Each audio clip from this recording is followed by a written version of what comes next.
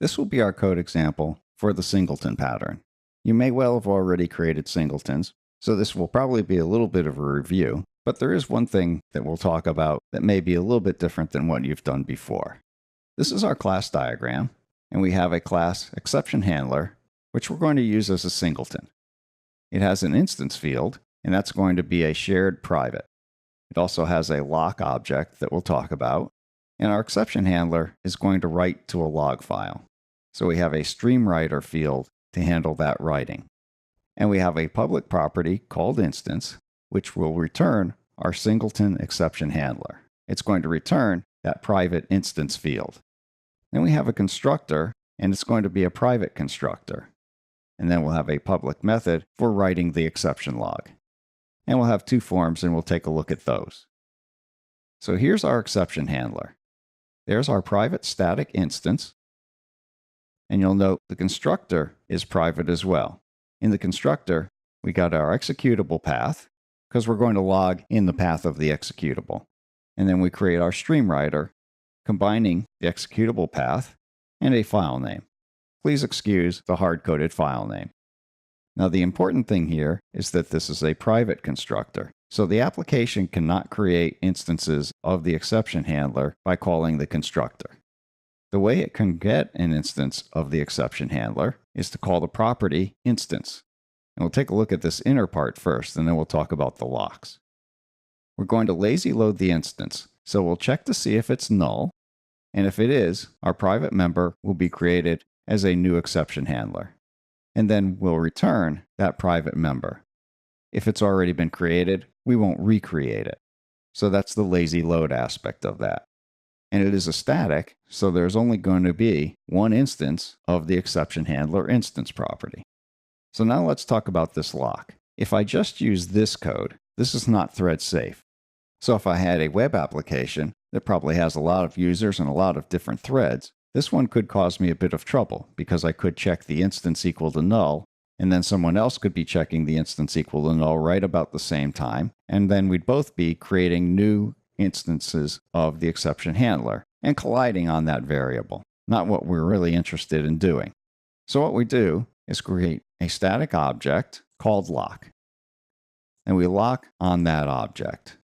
And then we run our instance creation code, and then we return the instance outside of the lock. So this just creates a little bit of a block on the thread. There is a performance penalty in doing it this way. And you might be tempted to also put the lock within the instance equal to null check. And that works for the most part, but it's not truly thread safe. So your mileage may vary on how you want to approach this. You can also just simply create the instance right away up in this private static, and that way you don't have to check if it's null. So you'll never have to go through this lazy load code. Again, it depends on what you're creating. For this exception handler, I wouldn't have any problem in just creating it right up here. It's likely that we're going to want it.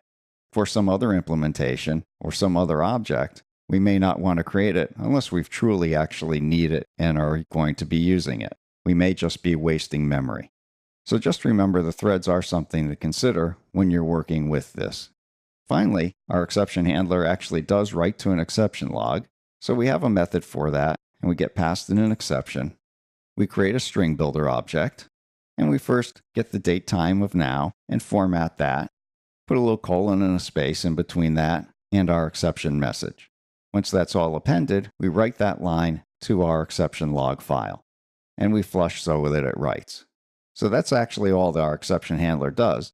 Now we might, if we were going to program a really full-featured application, want to do a lot more in our exception handling. We might want to translate error messages for the user to give them a user-friendly error message while logging the technical details elsewhere. We may want to use the Windows event log as opposed to a text file. There are a number of things that we might want to do in an exception handler. But the point of this is just to make it a singleton class. And that logic is up here. So to prove it out, here's our very basic form. We have one button to do something bad. And with that, we're going to call the exception handler. Then we have another button to go to a second form. And that second form cleverly has a button to do something bad. In our first form, the do something bad button, when it's clicked, will throw a new exception, saying that form 1 did something bad. And of course, we're putting that in a try catch. So we catch our exception, and then we call our exception handler, get its instance, and write the exception, and pass in our exception parameter. I mentioned in the PowerPoint discussion about the Singleton class that you can also use a getInstance method or something like that instead of an instance property. My personal preference is to use an instance property just because I think this looks a little bit better than having a method right in the middle of everything. Your mileage, again, may vary on that. And of course, when we go to Form 2, we just create our Form 2 object and show it as a dialog.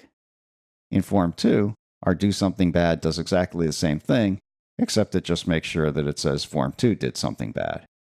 So let's give this a run and see that we actually access the file properly. Here's our Form 1, and we're going to go and do something bad, and you can actually see on my application output that there was a first chance exception, which of course is what we were trying to create.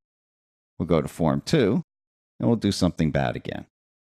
And again, we got another first chance exception. We'll stop debugging, and we'll take a look at our exception log file. And there it is, with the date, time, and Form 1 did something bad, and again the date, time, and Form 2 did something bad. So that was what we were going for. The file was opened correctly, and I misspelled something. Always make sure that you spell check things before you actually write them out, particularly to a public interface. However, we do have a properly functioning singleton object, and that's what we really wanted.